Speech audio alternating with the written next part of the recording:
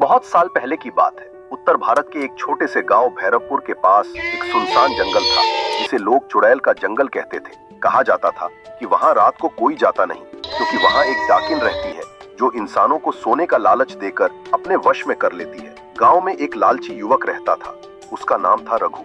वो दिन रात खजाने के सपने देखा करता। खेत में मेहनत करना उसे पसंद नहीं था। एक दिन जब वो गांव के बूढ़े दादा से चुड़ैल की कहानी सुन रहा था, तो अचानक उसकी आंखों में चमक आ गई। दादा, आपने कहा ना कि चुड़ैल एक खजाने की रक्षक है और उस खजाने तक अब तक कोई नहीं पहुंच पाया? रघु ने पूछा।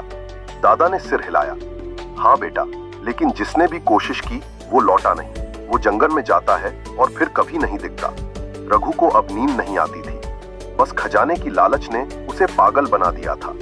एक रात जब पूरा गांव सोया था, रघु अपने साथ एक टॉर्च, एक फावड़ा और एक लोहे की ताबीज लेकर जंगल की ओर निकल पड़ा।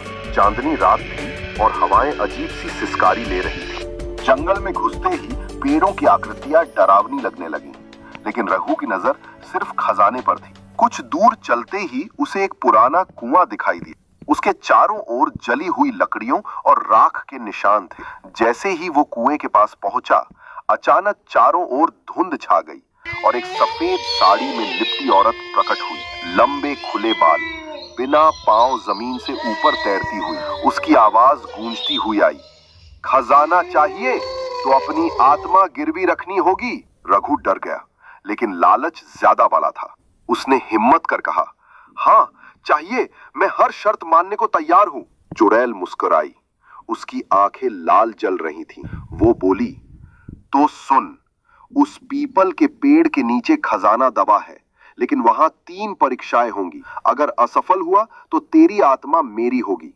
रघु ने सहमति में सिर हिलाया और उस पीपल के पेड़ की ओर बढ़ा।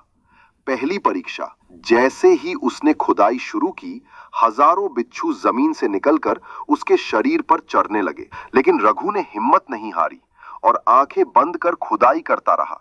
बिच्छू अचानक गायब हो गए। दूसरी परीक्षा, एक बूढ़ी औरत की आत्मा प्रकट हुई, जो रोती हुई बोली, बेटा मुझे मेरी चूड़ियां लौटा दे, नहीं तो तू खजाना नहीं पाएगा।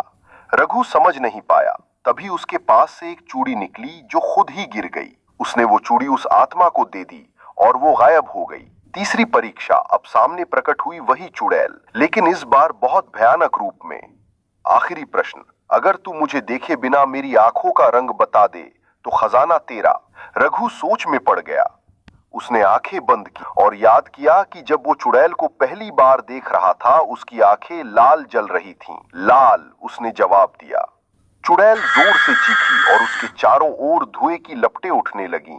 तू पार हो गया, लेकिन याद रख, जो बिना मेहनत के खजाना पाता है वो उसे संभाल नहीं पाता। इतना कहकर वो गायब हो गई और रघु के सामने एक लोहे का बक्सा प्रकट हुआ। रघु ने जैसे ही उसे खोला, अंदर सोने के सिक्के, गहने, हीरे जवाहरात चमक रहे थे। वो खजाना लेकर गांव लौट आया। कुछ दिन तक तो वो खूब ऐश करता रहा, लेकिन फिर अचानक उसके घर में अजीब घटनाएं होने लगी। बर्तन खुद ब खुद गिरते, दीवारों पर खून के हाथ के निशान और रात को चुड़ैल की हंसी।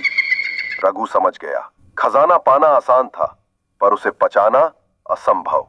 एक दिन वो पागल होकर उसी जंगल की ओर भाग गया और फिर कभी नहीं लौटा। आज भी भैरवपुर के लोग कहते हैं, जो चुड़ैल के खजाने को छूता है वो अपनी आत्मा खो बैठता है।